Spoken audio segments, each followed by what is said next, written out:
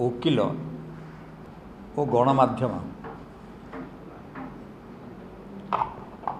लोकों पाखरे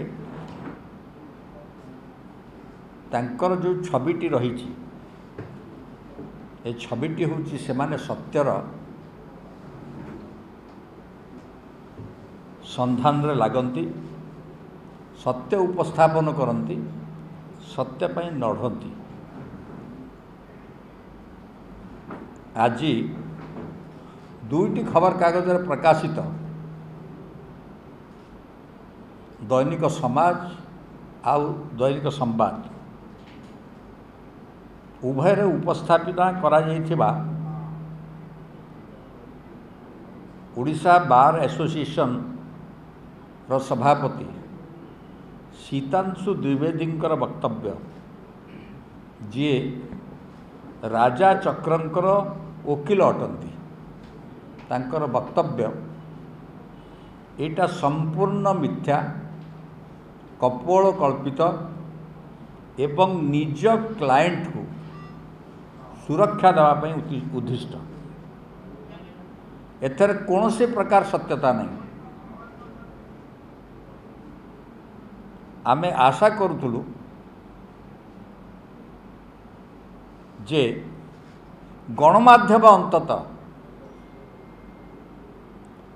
सत्य कथा को उपस्थापन करिथांते।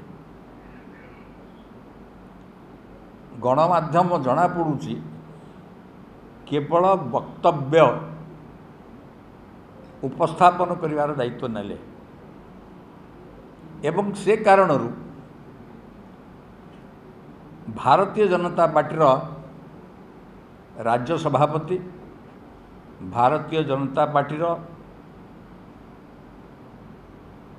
जो छवि ताकू नष्ट करिवार जो कार्य करिसंती एटा क्षमणीय नुहे।